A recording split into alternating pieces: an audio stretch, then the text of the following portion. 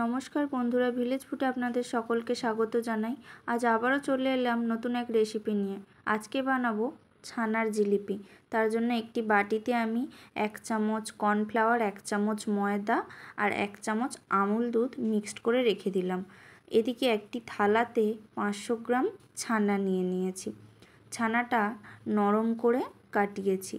অন্যদিন আমি একটা পনিরের ভিডিও পোস্ট করব, ওতে ছানা কাটানো, জল ঝরানো সব ডিটেলস দেওয়া আছে, আপনারা একটু দেখে নেবেন।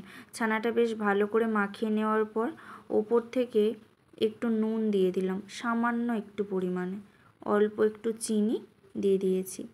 এবার ছানাটা বেশ ভালো করে মাখানো হয়ে যাওয়ার পর ওপর থেকে ওই আগে থেকে মিক্স করে রাখা ময়দা, কর্নফ্লাওয়ার, আমুল দুধ দিয়ে দিলাম। ওপর থেকে সামান্য একটু পরিমাণ ঘি আর অল্প একটু খাবার সোডা দিয়ে বেশ ভালো করে মাখিয়ে নিলাম। দেখুন, ছানাটা বেশ ভালো করে মসৃণভাবে মাখাতে হবে, যেন হাতে জড়িয়ে না যায়। এবার বেশ ভালো করে ছানাটা মাখানো হয়ে গেলে অল্প একটু নিয়ে একটি থালাতে 2 হাত দিয়ে আলতো হাতে সরু করে বেলে নিতে হবে। এটা খুব সরু করার দরকার নেই। দেখুন আমি কীরকম করছি। এবার এরকমভাবে পাকিয়ে জিলিপির শেপ দিয়ে নিতে হবে। আমি এভাবে প্রত্যেকটা জিলিপি বানিয়ে নিয়েছি। দেখুন দেখতে কত সুন্দর হয়েছে, একটাও কিন্তু ফেটে যায়নি। আপনারা যখন বানাবেন একটু দেখে বানাবেন। ফেটে যাচ্ছে যখন দেখবেন তখন ভাববেন ছানাটা ভালো মাখানো হয়নি, তখন আরও একটু ছানাটা ভালো করে মেখে নেবেন। এবার এদিকে একটি কড়াই বসিয়ে দিয়েছি, তাতে 1 বাটি চিনি আর 1.5 বাটি জল দিয়ে বেশ ভালো করে ফুটিয়ে নিয়েছি।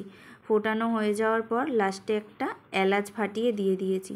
এদিকে একটি কড়াইতে তেল গরম করে নিয়েছি। তেলটা হালকা গরম হয়ে গেলেই জিলিপিগুলো ছেড়ে দিতে হবে।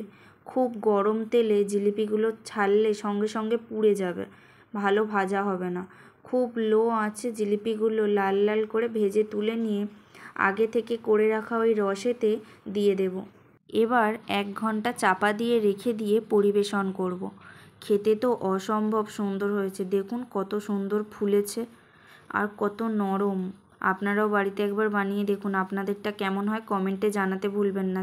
যাওয়ার আগে একটি লাইক করে দেবেন। চ্যানেলে নতুন হলে চ্যানেলটি সাবস্ক্রাইব করে অল নোটিফিকেশানটি অন করে দেবেন, যাতে আমার দেওয়া প্রত্যেকটা ভিডিও আপনার কাছে আগে পৌঁছে যায়।